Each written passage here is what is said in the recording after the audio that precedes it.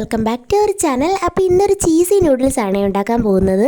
അപ്പോൾ അതിന് എന്തൊക്കെയാണ് ആവശ്യമെന്ന് വെച്ചാൽ ഒരു സബോള, 3-4 വെളുത്തുള്ളി, ഒരു തക്കാളി, പിന്നെ ക്യാബേജും ആണ് എടുത്തിട്ടുള്ളത്. ക്യാരറ്റ് ഉണ്ടെന്നുണ്ടെങ്കിൽ നിങ്ങൾക്ക് ക്യാരറ്റും എടുക്കാം. എൻ്റെ കയ്യിൽ ഇല്ലാഞ്ഞുകൊണ്ടാണ് എടുക്കാഞ്ഞത്. പിന്നെ മെയിൻ ഐറ്റം ആയിട്ടുള്ള യിപ്പി നൂഡിൽസിൻ്റെ ഫാമിലി പാക്കാണ് എടുത്തിട്ടുള്ളത്. എന്നിട്ടൊരു പാൻ വെച്ച് ചൂടായി വരുമ്പോഴത്തേക്കും അല്പം മാത്രം വെളിച്ചെണ്ണ ഒഴിച്ച് അരിഞ്ഞു വെച്ചിരിക്കുന്ന വെളുത്തുള്ളി ഇട്ട് മൂപ്പിച്ചെടുക്കണം. പിന്നെ അതിലേക്ക് അരിഞ്ഞു വെച്ചിരിക്കുന്ന ഓരോരോ ഐറ്റംസ് ആയിട്ട് വഴറ്റിയെടുക്കാം. ആദ്യം ദേ സബോളയാണ്. അത് കഴിഞ്ഞ് ക്യാബേജും തക്കാളിയും എല്ലാം ചേർത്ത് നന്നായിട്ടൊന്ന് വഴറ്റിയെടുക്കണം.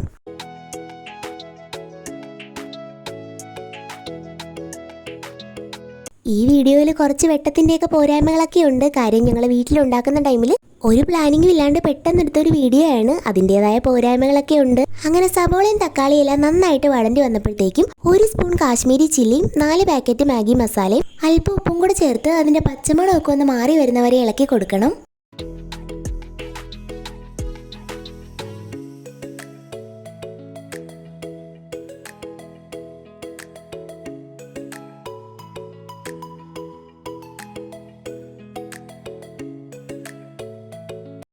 എന്നിട്ട് നൂഡിൽസ് മുങ്ങിക്കിടക്കാൻ പാകത്തിനുള്ള അളവിന് വെള്ളം ചേർത്ത് എല്ലാം കൂടെ മിക്സ് ചെയ്ത് 3 മിനിറ്റ് ലോ ഫ്ലെയിമിൽ വേവിക്കണം. നൂഡിൽസ് ഇച്ചിരി ജ്യൂസി ആയിട്ടൊക്കെ കഴിക്കാൻ ഇഷ്ടമുള്ളവരാണെന്നുണ്ടെങ്കിൽ വെള്ളത്തിൻ്റെ അളവ് അല്പം കൂടെ കൂട്ടി ഒരു മടങ്ങ് വറ്റിക്കാണ്ടെടുക്കുന്നതാണ് നല്ലത്.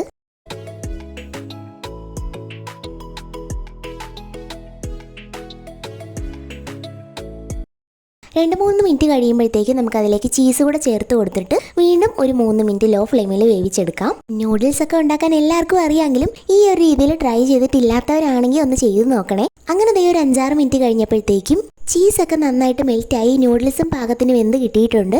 എന്നിട്ട് എല്ലാം കൂടെ അങ്ങ് നന്നായിട്ട് മിക്സ് ചെയ്തെടുത്താൽ അതേ നമ്മുടെ ചീസി നൂഡിൽസ് ഇവിടെ റെഡി ആയിട്ടുണ്ട്. കുട്ടികൾക്കൊക്കെ എന്തായാലും ഇഷ്ടപ്പെടും. അപ്പോൾ ജസ്റ്റ് ഒന്ന് ട്രൈ ചെയ്ത് നോക്കിയിട്ട് നമ്മുടെ ചാനൽ ഒന്ന് സബ്സ്ക്രൈബ് ചെയ്യാൻ മറക്കല്ലേ. ടാറ്റാ.